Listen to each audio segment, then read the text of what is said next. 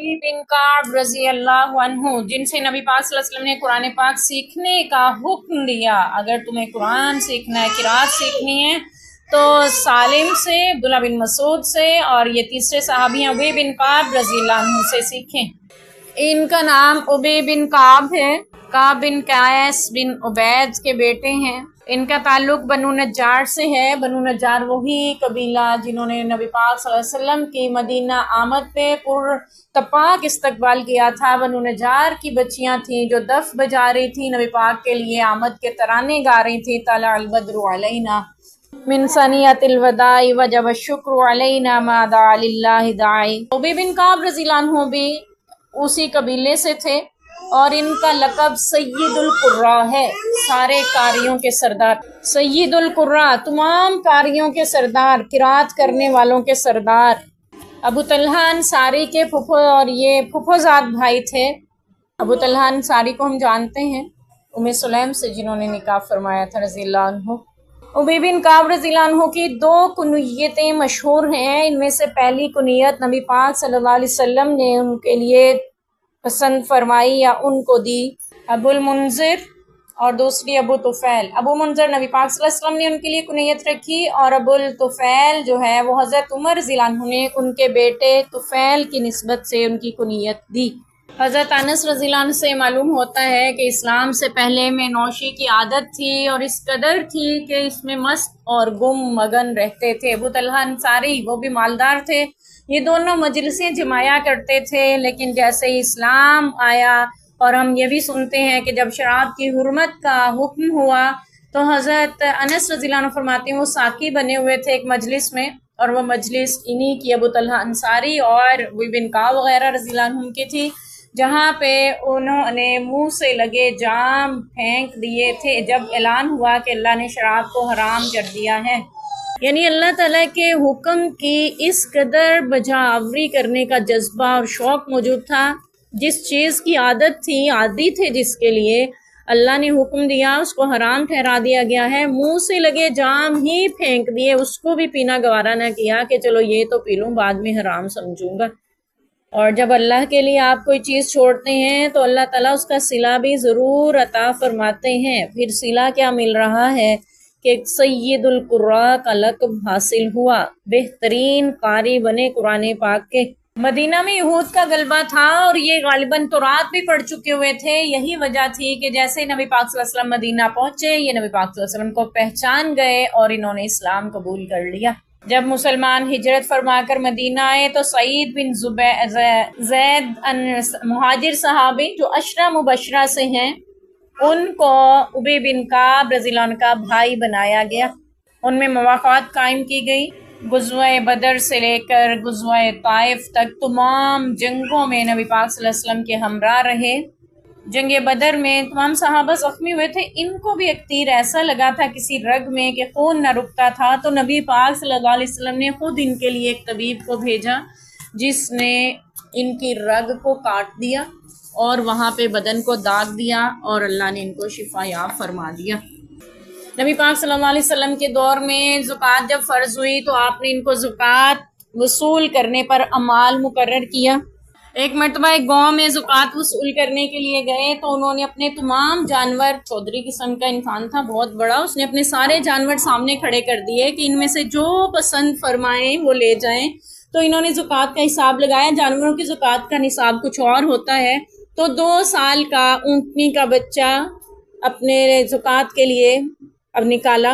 वो शख्स कहने लगा कि ये 2 साल का बच्चा है, ना सवारी के काबिल है, ना दूध देता है, इसके लेने का क्या फ़ायदा।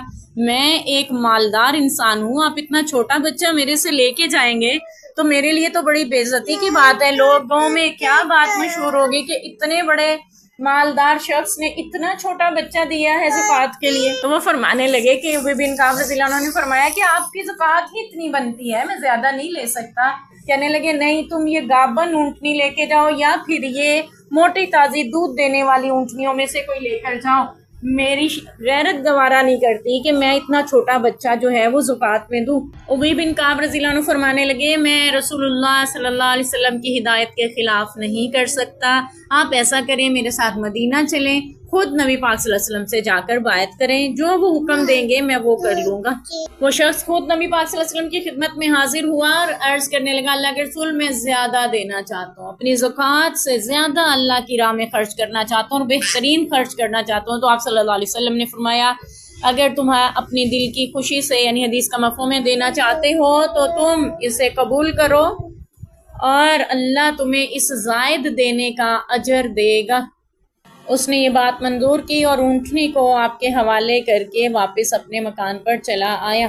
مسند احمد میں یہ واقعہ درج ہے، جس سے یہ پتہ چلتا ہے کہ زکوٰۃ اپنی خوشی سے کوئی زیادہ دے تو وہ دے سکتا ہے، اور جو زائد دے رہا ہے اس پہ اجر بھی زائد پائے گا۔ حضرت ابوبکر صدیق رضی اللہ عنہ کے دور خلافت میں جب قرآن پاک کو جمع کرنے کے لیے جو جماعت صحابہ کی مقرر کی گئی تھی، اس میں ابی بن کعب رضی اللہ عنہ بھی شریک تھے، اس میں شامل کیے گئے تھے اس جماعت میں، اور اس میں یہ ذمہ داری زید بن ثابت رضی اللہ عنہ کو سونپی گئی تھی قرآن کو جمع کرنے کی۔ وہ دونوں قرات کرتے، ان تختیوں پہ ان چیزوں سے قرآن کو جمع کرتے اور پھر تلاوت کرتے ابی بن کعب رضی اللہ عنہ، اور ان آیتوں کو دیکھتے کہ وہ کس طرح سے لکھی گئی ہیں، اور پھر اس تلاوت کو جو ابی بن کعب رضی اللہ عنہ فرماتے تھے اس کے ساتھ ملا کر دیکھا جاتا اور لکھا جاتا رہا۔ پھر یہاں پہ یہ بھی ملتا ہے کہ سورہ برات یعنی سورہ توبہ جو ہے اس کی آیت ثم انصرفوا صرف اللہ قلوبہم بانہم قوم لا یفقہون یہ پڑھی گئی، تو لوگوں نے کہا کہ بس یہ سورت یہیں پہ ختم ہے، یہیں تک ہے۔ ابی بن کعب رضی اللہ عنہ فرمانے لگے کہ مجھے میرے حبیب صلی اللہ علیہ وسلم نے 2 آیتیں اور بھی پڑھائی ہیں۔